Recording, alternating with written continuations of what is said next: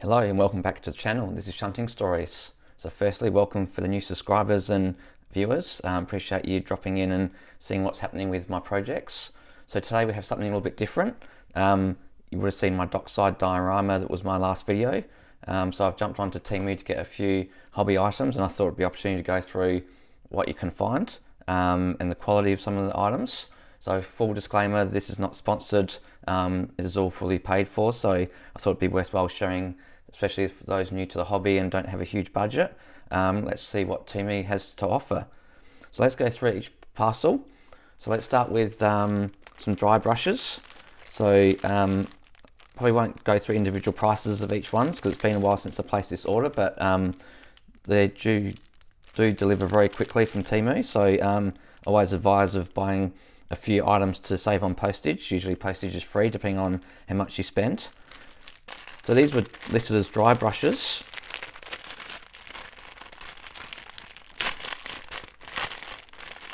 Set of 3. Look fairly simple. Let's just pop one of these open.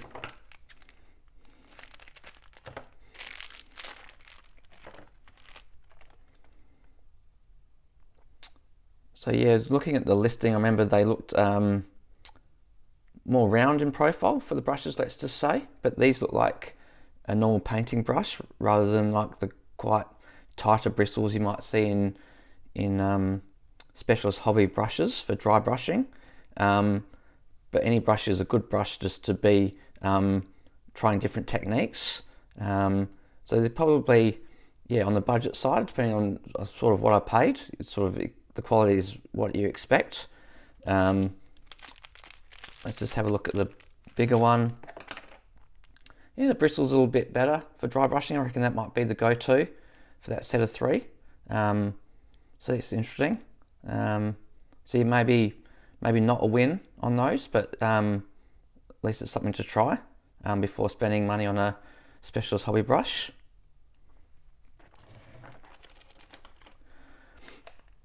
Right, next is, I can't remember all of these items, so you just have to bear with me as I work through them. I think these are some like little custom loads perhaps. Oh no, these are boats. So a dockside diorama obviously needs some boats for the harbour or the dock. So these are little wooden boats. I got this one because I thought out of these there'd be one that's the correct scale for HO or 00. So they're, yeah, I think they're wooden, and they've just been sort of painted up like a simple, really basic base coat. Yeah, you can see some of the timber coming through. One or two's got like a chip in it, but I can fix that. The raft is an interesting inclusion that could be used for something. But I'm probably thinking one of these is probably the correct scale. So whenever you're shopping for Temu, I always look for sets of items. So out of them, one might work for your layout or your diorama, rather than just buying individual boats and lucking out, not being correct, because you can go by dimensions, but that's a handy little tip, trying to look for combination sets in different colorways. So I'll be able to paint them up and make them look okay for the project. I think this is like $4 or something Australian for these, so that's a good start. Maybe I could add some figures into there, some fishing or some little custom loads, so that's a bit of a win. Next one.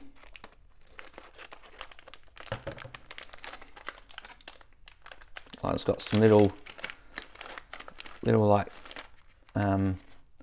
little loads, so little sacks. So similar. I think these are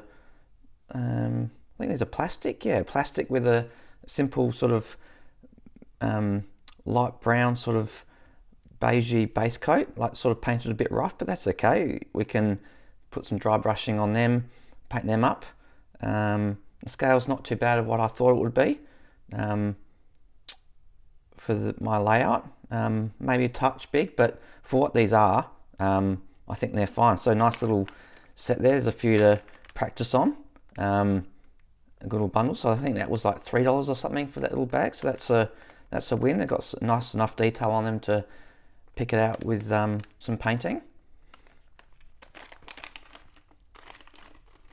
Similar theme here, we've got some small little barrels. So a lot of the time when I look at these, you can look at the photos and lots of them have got dimensions on them to help you with your project. So they're little wooden barrels. Hopefully this is all picking up on the camera nicely. Yeah, plastic again, I think, just nice brown paint. I think the paint quality on that's a lot nicer. They've got some nice detail on there that I can pick out, and the scale is spot on. So that's a win. I think it's a nice set of 8 there or something, yeah. So plenty of scope for projects for those. What we got next?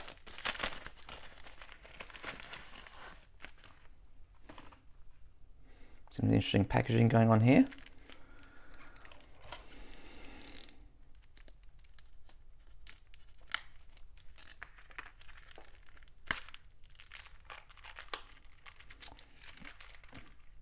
Okay, so this is another boat option. So I did get a couple in case one didn't work in terms of scale or what I thought it was. So it looks like this is like a balsa wood or a plastic kit, perhaps. Yeah, like a nice little balsa wood kit there. So that's got some really lovely detail. I'm not sure how good those cuts are. We'll soon see once we paint them up and pop them out of the sprue, so to speak. Not sure if I think it's got some instructions there. It's interesting, it's actually got some branding for a brand, not usually common with Temu. So the scale on that is not too bad for HO. It's even got some oars there. So yeah, I have to go back to the original photo and see how that comes out as a guideline for that one. And interesting for this, it disclose some details if you want to order directly, which is interesting as well. So if this is a little bit of a winner, I can see what else they've got in the range. So yeah, I'm not sure if I'll paint that in situ on the sprue or pop them out of the template, but we'll see. And we've got some very fine planks or detail here, so I'm not sure. I have to look at what they're for. One's extremely thin. That's almost paper thin, that piece, and that's probably 2 or 3 mil in terms of reference for how thick they are. So we'll have a look at that and see how good the instructions are.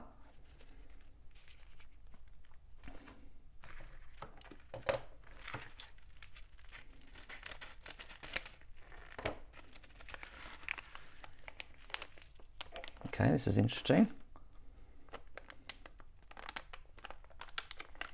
These are some lights.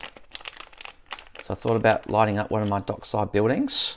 So yeah, tried to get some really simple LED, really fine lights. These are white as opposed to warm white or orange. You'll see on Temu there's piles and piles of small electronics like this.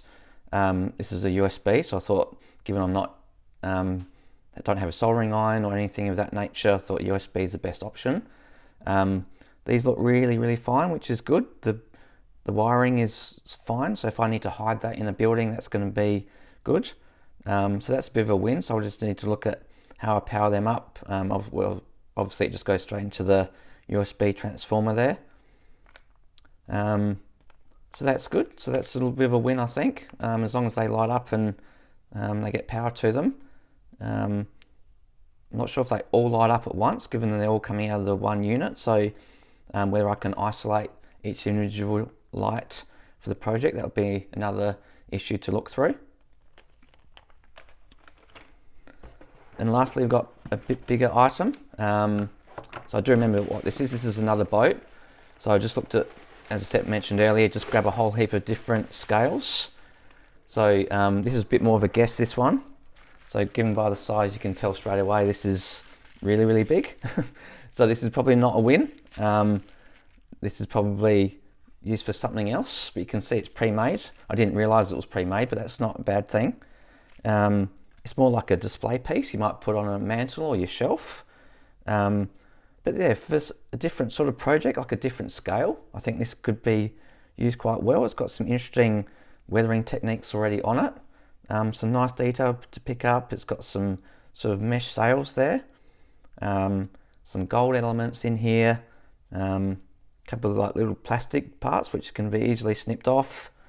A nice little canvas sail on the back there that could be painted up really well. Yeah, gold eyelets, some string components. So as a little model, I think for what I paid, not a lot at all. That's pretty cool.